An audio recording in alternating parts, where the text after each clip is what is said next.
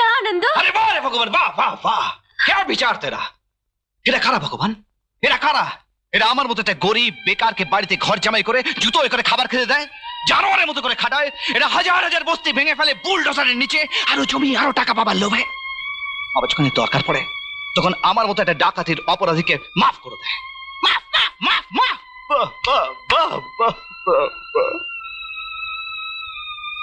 পরমা দেবী, পরমা দেবী, আমি জানি না আপনার ঋণ জীবনে কি করে শোধ করবেন, তবে যদি কোনোদিন প্রয়োজন পড়ে আমাকে ডাকবেন।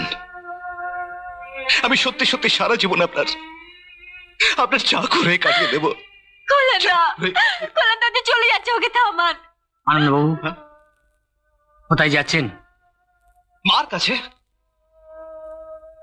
আমি বললাম না আমার মা হাসপাতালে খুব অসুস্থ, অনেক দেরি হয়ে গেছে, আমি যাই। আমি তোমার সঙ্গে যাবো আনন্দ, আমাকে তুমি নিয়ে চলো।